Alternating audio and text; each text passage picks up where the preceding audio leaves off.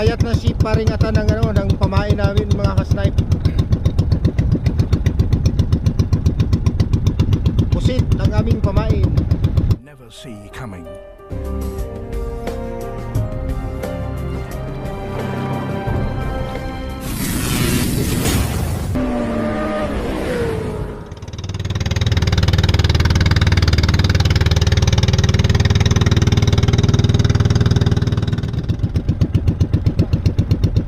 Ganyan ang kalalaki pala, Tan? Ano yung mahuhuli natin yan? Bisugo, kaya talakito. Pagka na-swerte yan, talakito. Talakito? Kaya Ay siya. bisugo. Lapu-lapu. Ayun. Baka 10 lapu-lapu tayo ngayon. Hindi okay na, no? Pala rin tayo. Nakailang ano ka na? Lunod sa pag-fishing mo? Pag-fishing, wala pa. Wala pa? Okay mga ka-snipe. At least safety ako rito sa nasakyan ko kasi okay, may ano kami, may life jacket kami rito kahit ganito kaliit yung ano namin, yung bangka namin. Hindi naman tayo masyado sa laot, Tano. Dito lang tayo. Gilid-gilid lang naman kami mga ka-snipe. Mga siguro 2 kilometers from bundok. Kaya ito si Atan na yung driver, si Atan pa yung taga-gayat ng ano, kasi siya yung expert nito mga ka-snipe. Kami ay padauhin lang niya sa ngayon. Ayun, gagawin natin ngayon yung sa kawin. Hindi ko marunong talaga niyan, Tan. Paglalagay. Bato-bato. Anong tawag dyan? Bato-bato. Bato-bato. Yan ang ipang... Pabigat, yung pabigat. Pabigat. May bakal siya.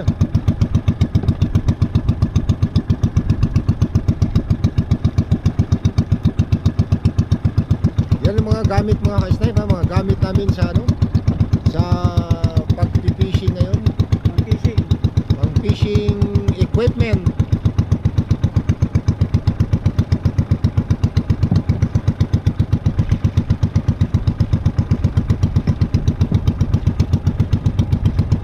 Parang lumalaki na yung alon, Tan, ha? Parang lumalakas yung alon, ha? Hindi. Doon tabi na tayo. Ha? Pinakakalma na itong ganito?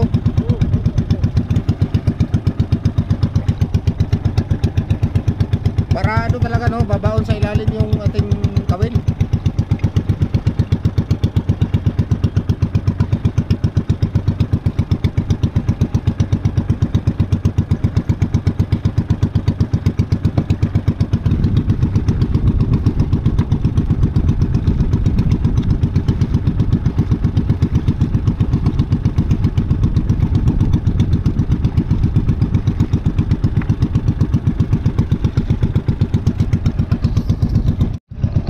Lalagay na si paring Atan ng ano, kawil sa tansi.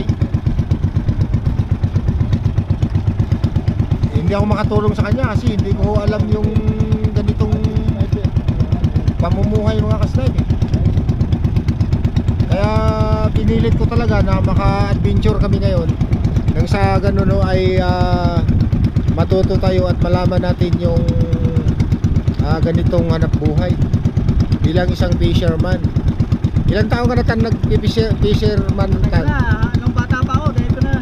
Bata ka pa? Mga high school, mga 17. Nag-fishing ka na? Fishing na ako.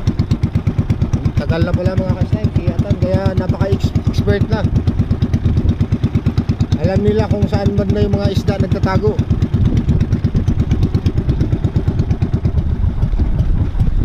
Nakikita nila sa tubig o sa area. Ayun na nilaglag mo, Tan. Yung payong na para hindi tayo tumakbo ng matulin. Ganon. Pasensya ka na, Tan, tanong ako ng tanong kasi wala akong alam eh. Para hindi tayo umipod. Yung parang ito, pinaka-angkla. Pinaka-angkla siya, parang controller. Oo. Yun. Pataw.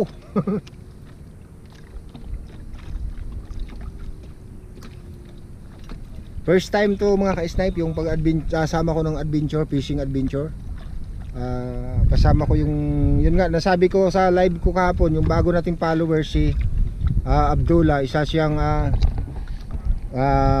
kapatid na Muslim, no?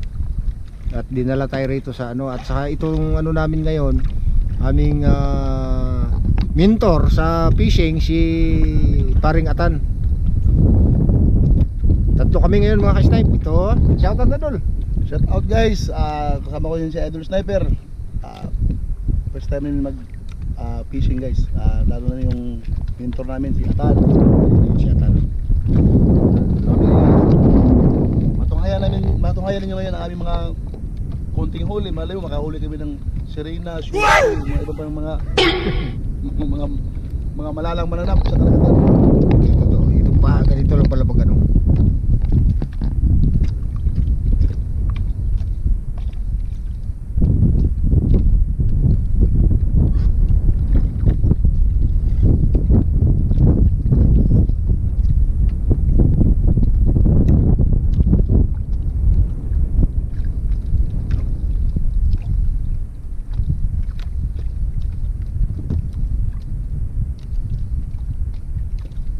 Dapat pala yan, Tan, ano na yung kagabi no, lagay ng ganyan no. Oo. Ayan, ayan. Yan.